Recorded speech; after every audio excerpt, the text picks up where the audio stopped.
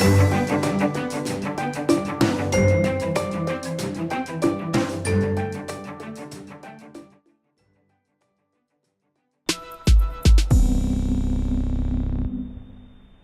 cette troisième partie, nous vous proposons 2 documentaires à mettre dans les mains des enfants pour leur valeur iconographique et documentaire.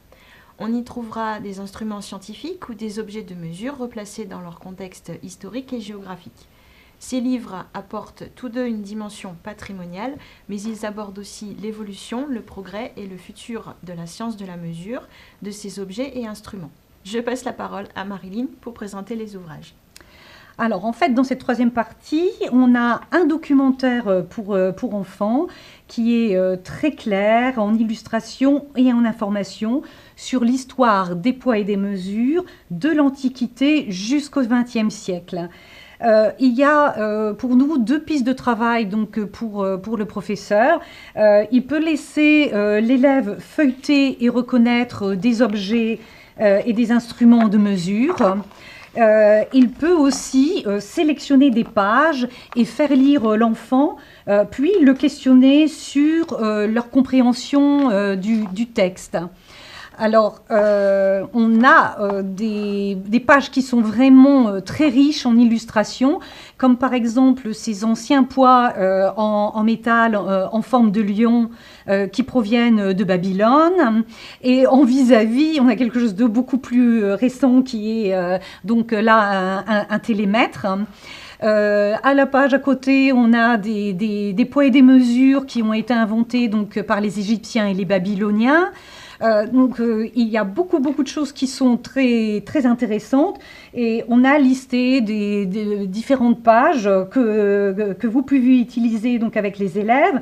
Notamment, on a cette illustration d'un haltérophile et la question, peut-il soulever son propre poids ? Donc voilà, et bien sûr, on fait trouver l'enfant, rechercher les informations. C'est déjà les premières informations documentaires pour les enfants. Également, cette notion d'invention sans cesse, puisque au niveau des instruments et des objets de science, puisque là on présente le progrès des mesures, notamment on flash sur les machines de pesée électronique. Alors pourquoi utiliser ça plutôt que les anciennes balances ? Tout simplement parce qu'elles sont beaucoup plus précises dans les mesures. Et donc ça semble très intéressant aussi à introduire comme notion auprès des enfants. Un deuxième livre qui fait partie donc, de cette sélection, c'est un documentaire très visuel, mais cette fois-ci pour adolescents et adultes. Ce qui nous a semblé intéressant, c'est de montrer du point de vue historique et patrimonial les objets anciens de mesure des longueurs, de masse, de contenance, donc avec ces étalons de longueur, de capacité et puis de poids. Et également les différentes balances utilisées. Donc c'est joli et il y a le caractère esthétique et patrimonial. Voilà, alors on a aussi une partie qui nous a semblé intéressante de montrer parce qu'il y a des documents de science, mais on a aussi des articles d'actualité qui peuvent intéresser des enfants. Et notamment, on avait fait un flash sur 2 articles de presse qui présentent le château de Guédelon.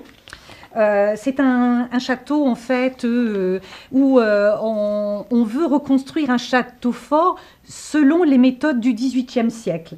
Donc ce qui est important là, c'est de montrer comment on va réutiliser des unités de mesure, des instruments de l'époque, comment on va les refabriquer pour pouvoir reconstruire comme au Moyen-Âge.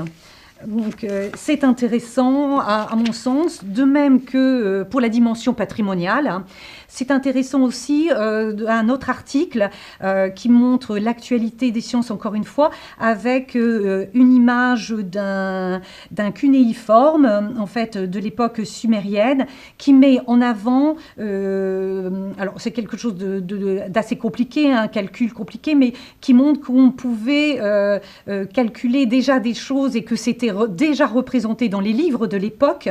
Donc il y a 4000 ans en Mésopotamie, donc dans l'actuelle Syrie, Irak et Iran. Et donc ça nous semblait intéressant du point de vue de l'approche géographique et historique.